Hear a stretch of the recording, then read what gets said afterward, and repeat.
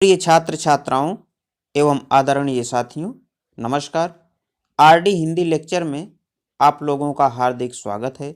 आइए आज के इस वीडियो में हम लोग अपने अलंकार की श्रृंखला को आगे बढ़ाते हुए शेष बचे हुए अलंकारों को देखते हैं। तो आइए आज हम पहला अलंकार देखते हैं, अनन्वय अलंकार।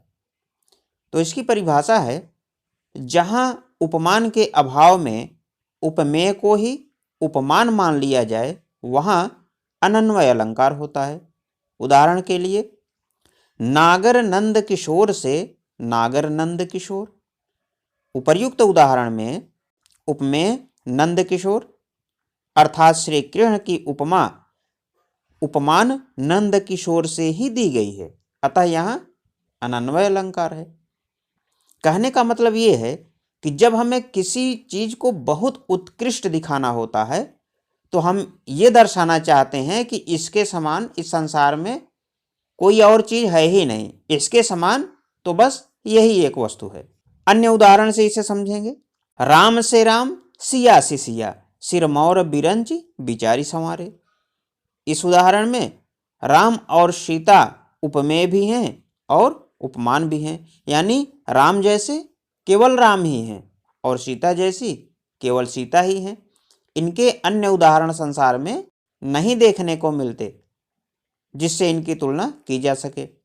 एक और उदाहरण देखिए, उपमा विहीन रचा विधि ने बस भारत के सम भारत है, यानी भारत के समान केवल भारत ही है, कोई अन्य देश नहीं है, क्योंकि इसकी उपमा नहीं दी जा सकती है, अतः यहाँ भी अनन्वय अलंकार है। तो आइए अगला अलंकार देखते हैं, प्रतीप अलंकार। प्रतीप का अर्थ है उल्टा या विपरीत। जहां प्रसिद्ध उपमान को उपमेय बना दिया जाए अथवा उसकी व्यर्थता प्रदर्शित की जाए वहां प्रतीप अलंकार होता है। जैसे सांवले रंग के शरीर का प्रसिद्ध उपमान यमुना का जल है। तुलसीदास ने भगवान राम के वनवास जाते समय मार्ग में यमुना स्नान करने के प्रसंग में इस अलंकार का उपयोग इस प्रकार किया है।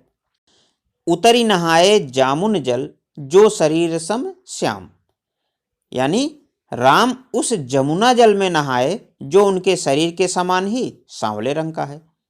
इस प्रकार यहाँ उपमेय को उपमान बना दिया और उपमान को उपमेय, अतः यहाँ पर प्रतीप अलंकार है।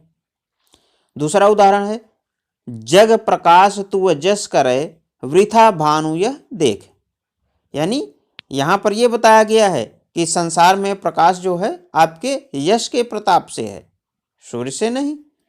तो यहाँ भी प्रसिद्ध उपमान सूर्य की व्यर्थता प्रतिपादित की गई है, अतः यहाँ भी प्रतीप अलंकार है। अन्य उदाहरण देखिए, उसी तपस्वी से लंबे थे देवदारू दो चार खड़े।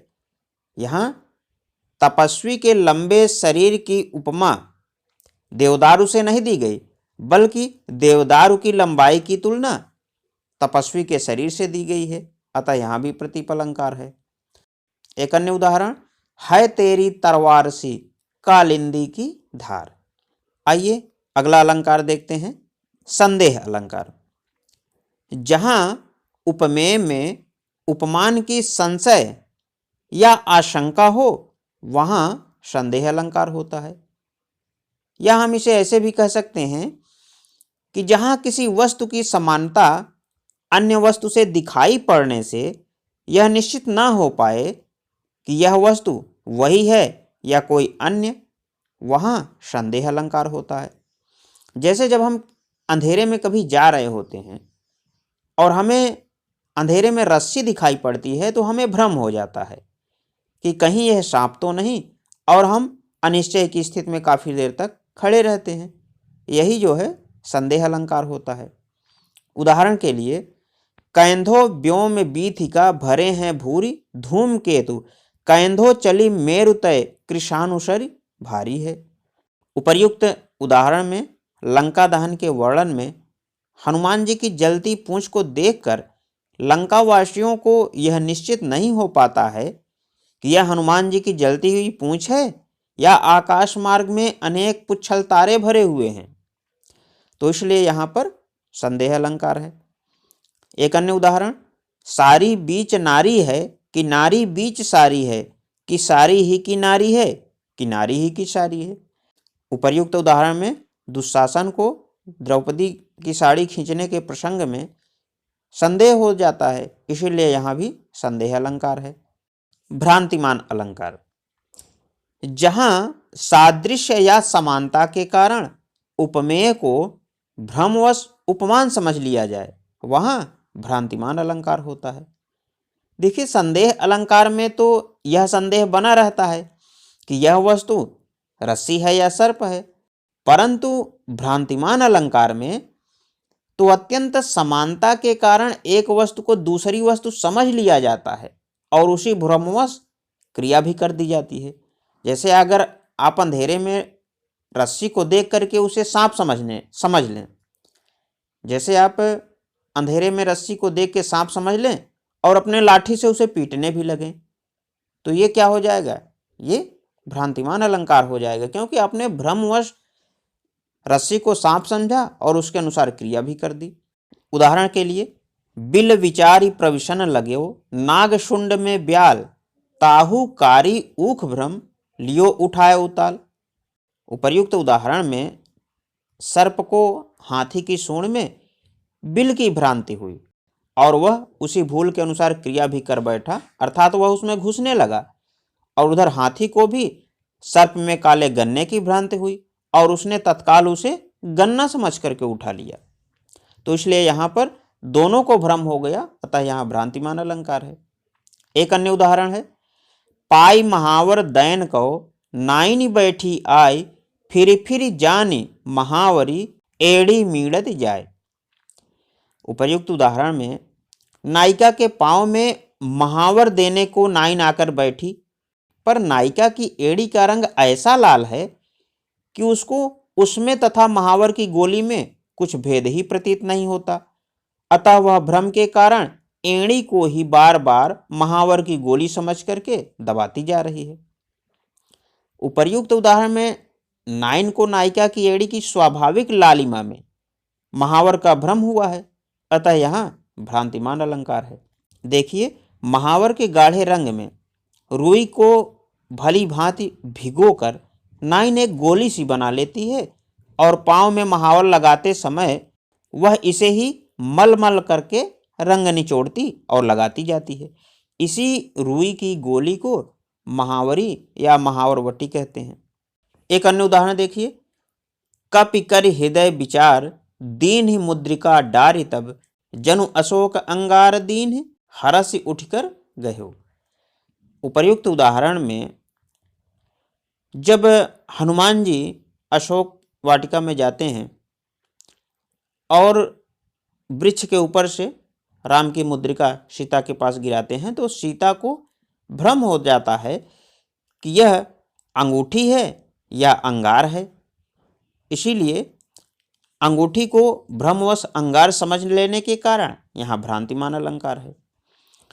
इस उदाहरण में जन्मवाचक शब्द का भी प्रयोग हुआ है, जिसके कारण यहाँ उत्प्रेक्षा अलंकार भी है।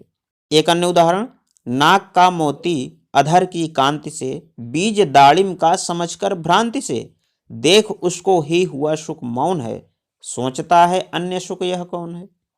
उपर्युक्त उदाहरण में उर्मिला की नाक में पहने हुए मोती पर उसके ओठों की लाल आभा पड़ती है, जिससे वह मोती अनार के बीज जैसा दिखता है। जो पिंजड़े में बंद तोता है वह उर्मिला की नाक को कोई दूसरा तोता समझने लगता है, इसीलिए वह सोचता है कि यह दूसरा तोता कौन है। देखिए, संदेह और भ्रांतिमान अलंकार के अंतर को समझना बहुत जरूरी है, क्योंकि इन दोनों में अक्सर भ्रम हो जाता है। संदेह अलंकार में उपमेय और उपमान की समानता के कारण संदेह की स्थिति बनी रहती है, अतः यह अनिश्चयात्मक होता है।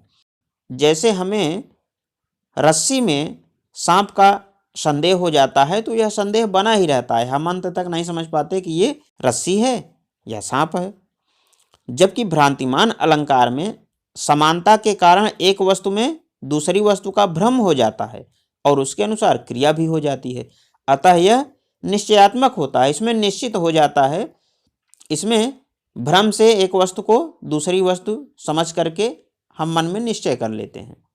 अगर हम रस्सी को देखते हैं अंधेरे में तो उसे हम अगर सांप मान लें और उसे पीटने भी लगें या भाग जाएं तो यह जो है भ्रांतिमान अलंकार है, क्योंकि हमें उसमें सांप होने का संदेह नहीं है बल्कि हम उसे सांप ही मान लिए हैं, इसलिए यहाँ पर भ्रांतिमान अलंकार है।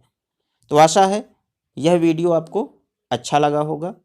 अगले वीडियो में शेष अलंकारों का अध्ययन करेंगे। तब तक के लिए नमस्कार।